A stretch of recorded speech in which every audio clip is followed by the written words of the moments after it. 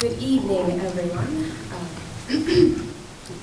I know that this is a reflection, but if I may start off by asking you, if any time before Carleton, higher education, or maybe even now, how many people did not know that there was more to the I Have a Dream speech?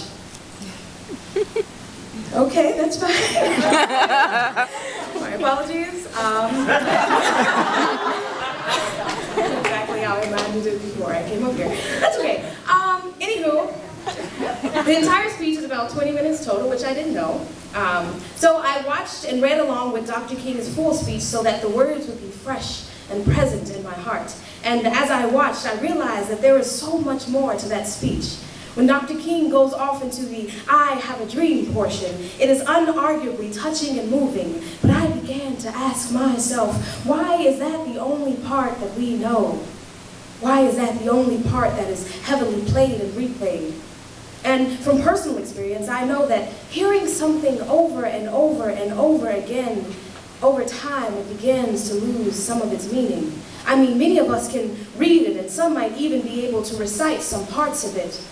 But if we stop and think about and focus on what those words really mean, the speech has a resonating ring to it. So I sat down in front of a computer, I erased what I knew about the speech, and for 20 minutes, I was simply present. Listen to these quotes. "This is no time to engage in the luxury of cooling off or to take the tranquilizing drug of gradualism. In the process of gaining our rightful place, we must not be guilty of wrongful deeds. Let us not seek to satisfy our thirst for freedom by drinking from the cup of bitterness and hatred." Powerful words indeed. So how can Dr. Martin Luther King's message apply to us today? I thought about this, and I realized that not much needs to be changed to apply it to today. Let's see. Poverty is still not okay. Hatred is still not something that we need more of. Discrimination and prejudice, as present as they are today on many levels and towards people of all walks of life, background, skin color, class, race, gender, sexual orientation, they are still wrong.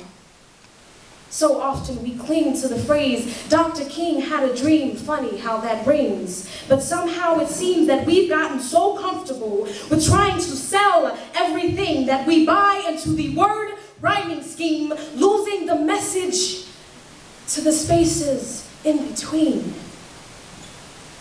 Dr. King's message tells us to get up and do something.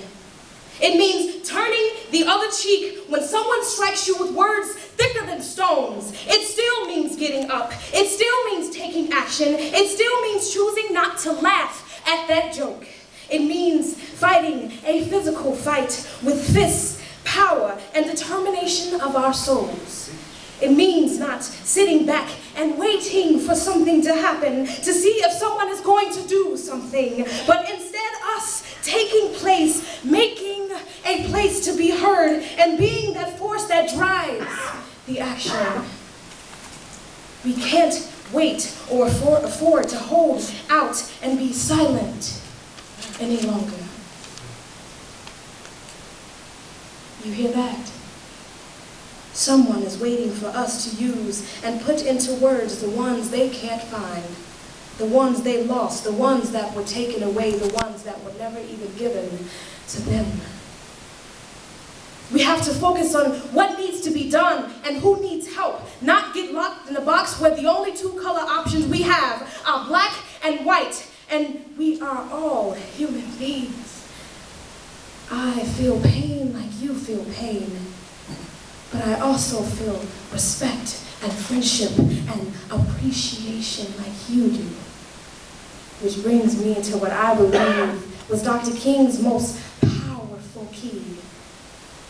His message, then, today, now, tomorrow, love. It means love. It means